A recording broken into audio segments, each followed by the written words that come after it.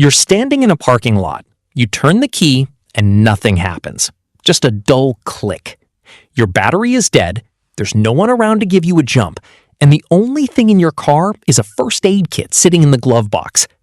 What almost nobody knows is that the answer to your problem might be sitting right there in that little bottle of aspirin, and mechanics have been quietly using this exact trick for decades, before roadside assistance apps ever existed. Here's what's actually happening inside a battery when it dies. A standard lead-acid car battery, the kind that's been under the hood of vehicles for over a century, works because of a chemical reaction between lead plates and sulfuric acid. When the battery is charged, that reaction produces electricity. As the battery discharges and ages, a layer of lead sulfate crystals slowly builds up on those plates.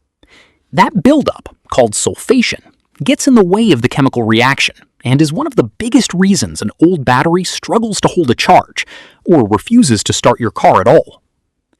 Aspirin's chemical name is acetyl salicylic acid, and that's the key detail here. When you drop crushed aspirin into the battery's electrolyte, that acetyl salicylic acid reacts with the sulfuric acid already inside the battery, and the reaction briefly boosts the chemical activity happening at the plates enough to squeeze out one more charge, often just enough to get your engine to turn over and start. Now, I want to be completely straight with you about what this trick actually is and isn't, because that honesty is exactly what most of the flashy versions of this video leave out. This is not a way to permanently revive a battery or restore it to full health. Battery engineers who've studied this reaction will tell you that the acetyl salicylic acid eventually breaks down into acetic acid, and that acetic acid is corrosive to the lead plates inside your battery. So what you're really doing is trading a small amount of your battery's remaining lifespan for one more start, right now, when you need it most. Mechanics who've used this for years describe it exactly that way. A last resort emergency trick to get you to a service station or back home, not a long-term fix, and not something you'd want to do to a battery you're planning on keeping for years to come. There's also an important limitation you need to know before you try this. This trick only works on older style, serviceable batteries, the kind that have removable caps on top of each individual cell, usually 6 caps in a row, each one sitting over its own compartment of lead plates and acid. Most modern car batteries, manufactured in the last 15 to 20 years, are sealed, maintenance-free units with no removable caps at all, specifically so nobody pries them open.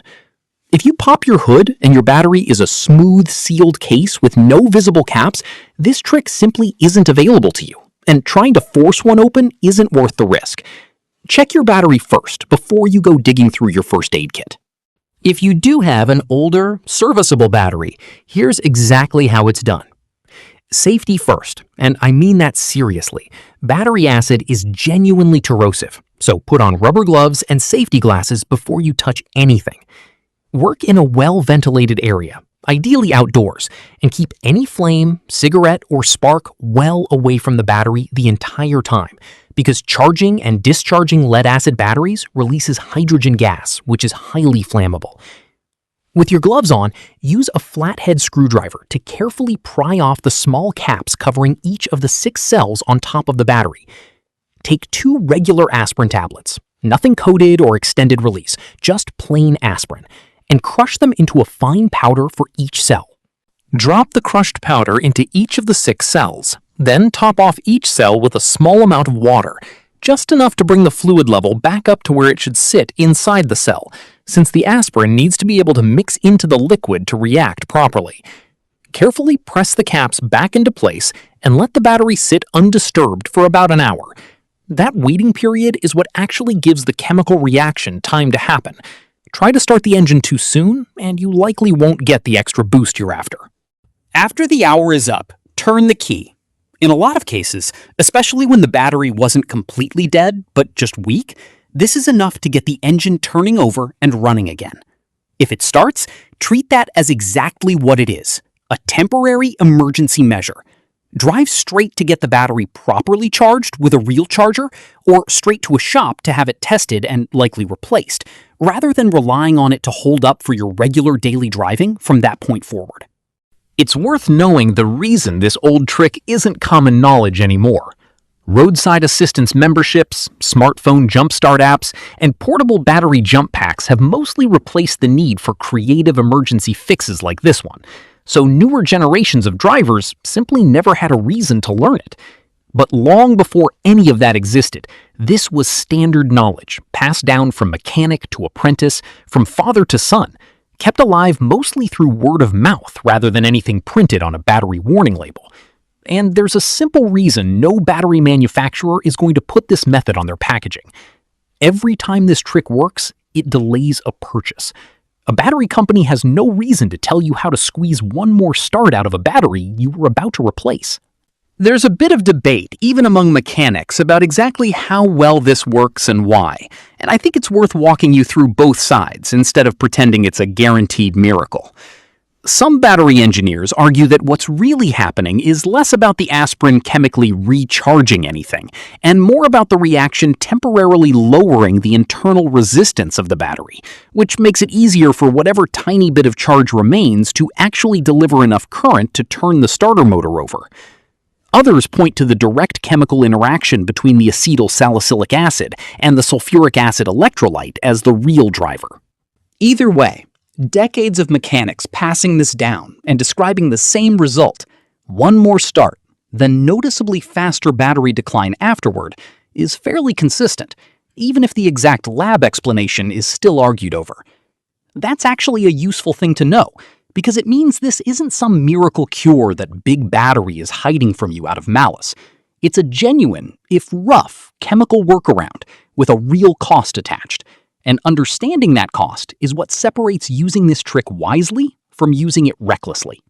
It's also worth understanding why this doesn't work at all on some of the newest batteries, even ones that technically have visible caps. Absorbed glass mat batteries and gel cell batteries, both increasingly common in newer vehicles because they perform better with modern stop-start engine systems, use different internal designs that don't behave the same way a traditional flooded lead-acid battery does. Even if you can physically access a cap on one of these, adding aspirin isn't going to interact with the internals the same way. So this trick is really at its best on older vehicles with traditional flooded batteries, often the exact kind of car most likely to have an aging battery to begin with. A couple of final notes, because getting the details right here matters more than with most of these tricks. Only ever use plain aspirin, never a substitute like ibuprofen or acetaminophen, since the chemical reaction depends specifically on acetyl salicylic acid, and nothing else will do the same thing. Never attempt this on a swollen, cracked, or visibly leaking battery, since that's a sign of internal damage that makes the battery genuinely dangerous to handle, regardless of what trick you're trying. And treat this exactly like a spare tire, something you hope you never need, but that's worth knowing exists the one time you're standing in a dark parking lot with a dead battery and nowhere else to turn. Think about the cost difference here for a second. A portable jumpstart pack, the kind you can buy at any auto parts store, typically runs somewhere between $40 and $100. A tow truck call for a dead battery in an empty parking lot can easily run you $75 or more, plus the weight. A bottle of plain aspirin costs about $3 and fits in your glove box without taking up any real space, sitting there for years until the one day you actually need it. This isn't a replacement for carrying jumper cables or a real jumpstart pack. Those are still the better first option every time you have them available. This is what you reach for on the day you don't have either of those things, and you need one more start to get somewhere that can actually help you. So the next time you're digging through the medicine cabinet for a headache and you spot that bottle of aspirin, remember, it's not just for headaches. It's a decades-old mechanic's secret sitting quietly in almost every household in the country. And now, you know exactly how and when to use it. If this is the kind of thing that could genuinely save you someday, subscribe, because there's a lot more of this old, practical knowledge that almost nobody talks about anymore.